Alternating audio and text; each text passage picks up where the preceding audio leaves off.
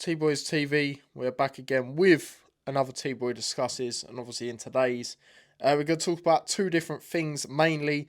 The first thing is an update that we got a bit of breaking news on yesterday. The stream me and my dad did for the Southend game. Good to have my dad back on the channel. Obviously, it's been a very long time.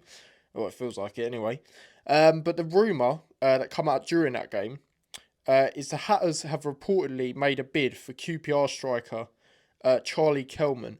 QPR are open to selling the striker who scored 23 League One goals on loan at Leyton Orient last season, with MLS side Charlotte FC also having made an approach for the 23-year-old. The source is West London Sport. Now, I'd be absolutely delighted if this was the other striker we got in. I mean, I think it was clear yesterday we still need a striker from that game. It's just that vocal point, Wells is 35. You can't expect him to be a regular. Nordas is getting better at link-up play, but I don't know if he's going to get you the goals that we need, which is roughly 20 or more. Woodrow, yes, he scored yesterday, but let's be honest, poor. I could have scored that. Do you know what I mean? It's not hard. But yeah, I'd be absolutely delighted. He was the top scorer in League One. And this would be another statement signing. Like Josh Keeley was. It could be another one of them. Obviously, they both played for Leyton Orient as well. And yeah, he's a very good player. And I am a little bit surprised QPR are willing to sell him. I mean, they have got good attackers. Obviously, they've got Fry, who's a very good striker. Did score against Luton last year. I think maybe even twice. And obviously they still got Chair. I'm not too sure what's going on with him, but they have, got decent attackers. But I'm a little bit surprised. I do want to sell him. But yeah, obviously we're in competition, like I said, with Charlotte FC. Now, he does actually play for America, even though he is actually from the UK. I think it's his family that, makes it so he can play for America. But yeah, I mean, I could only see him going there if he wants to try and get in the World Cup squad. But for me, they've got so many strikers ahead of him. I just can't see it. But yeah, I mean, let me know what you guys think. I mean, if we had to go and get him, I'd be, delighted. And maybe he would overtake Keeley in the sense of the most excitement to fans. Or they'd equally be shared. I don't know, because we need someone who is going to be capable of getting near that 20 goal mark or more, and he can definitely do that. He showed last season. Leyton Orient, they had a decent side last year, they got to the playoff final, but this squad, especially, I know football's not played on paper, but on paper it's quality. It's a quality squad. We just need to get a few more in, and I think we're chilling, and if we're to get him in, that is some statement out to the rest of the league. I do truly believe that. 23 years old as well, so still got a lot to learn, but he's shown that he can bang in the goals at this level last year. So I'll be absolutely delighted if this did actually happen. I mean, do let me know what you guys feel as well. One thing I have seen some people say, I'm not really looking into it, but people say, oh, he's not really the tallest. I don't care. I know he's capable of scoring them goals when, he's going to be called upon. And it would be a proper statement, like I say. So again, let me know your thoughts on it. And then another thing that come out today is Taylan Harris, obviously a young attacker who has been a lot in the youth setup, is set to join Tranmere Rovers, according to N2TT20 Pod. So that's quite interesting. It's an interesting one with him because some people thought he would come through and start to be on the first team bench. I mean, I thought there was a stage where we'd maybe see that. Saw him quite a lot with the first team in pre-season. And it did look like that. But, we clearly still see something in him. If you're looking at him, for example, compared to like when we did have Pebble, we're loaning Harris out.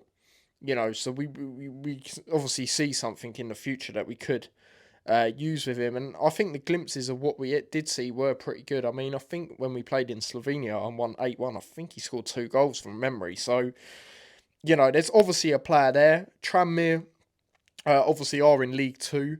So it'd be interesting, it'd be good for the sense of getting, minutes, under the belt and not really being in the youth sort of development, playing proper men's football, and they are quite a physical side, Tranmere. So it'll be good for him, in that sense. But yeah, do let me know your thoughts on that. And also, as much as he's not a, main team striker, that also tells you that we'll probably still get a striker in. And like I've said on the stream yesterday, the most money where it will be spent will be up front. I just can't see it being anywhere else. Maybe if Doughty goes. Still don't really know about that. I mean, my dad thinks, like he said yesterday, he thinks he's just playing to get fitness and then he's, not trying to risk injury and then he'll go. I mean, for me, maybe he might stay till like January, but either way, if he goes, we definitely need to get someone in. And, 3 injuries yesterday. The Anderson one weren't that bad. It was actually a poke in the eye, so it's not too bad. We all thought it was a concussion. But yeah, Johnson obviously come off. He's going to have to get checked out, I think Bloomfield said. And then obviously the Mengi one was bad. Obviously come off in a stretcher. And say what you want about him. He doesn't show the determination and all that, especially towards the back end of last year. However, you have got to feel sorry for him with the 2 injuries, over the last couple of seasons. The Premier League one, the final game, yesterday was obviously worse because he come off in a stretcher. But you have got to feel sorry for him in that sense. But yeah, like I say, Johnson, if you're looking at other players right now, other than Doughty, you can probably play like as a sort of left-sided wing-back, left-back, whatever. He's obviously out now. Naismith can play there, but it's not ideal for me. I'd much rather see him as a centre-back. I do think next season we will play a back 3. I think it's more telling that we will, especially the sort of players we're bringing in. You look at the West Ham one, Bloomfield saying he can play as a wing-back. Come on last night as a wing-back. Didn't really do too much, but not going to judge him yet. It's still very early days, and it's not actually his main position, to be fair. So, yeah, it will be interesting to see what we do in these, last couple of weeks. And obviously, the window still is open. Obviously, when we do play and stuff like that, the first game. So, maybe we might panic buy, but I hope we don't. But like I say, I expect the most money to be spent on a striker for sure. And I don't know how much Kelman will be. Maybe a couple of mil, potentially 2 mil or something. I mean, obviously we have put in a bid. I don't know how much it is exactly. It hasn't come out by any journalists or anything that I can see. So we'll just see what comes of that. But if we do get him, like I say, that is like Keeley. It's a statement signing, and it shows that we're showing that determination to go up, and win the league. So, yeah, that's how I see it. But yeah, big up to everyone. Do let me know your thoughts on everything I've said. So do let me know your thoughts on Charlie Kelman potentially coming to Luton with the bid. How much you think we've actually put in? No, Luton, probably not enough. But yeah, we'll see. Because we do have a history of doing that. Done that with the Aberdeen one. So yeah.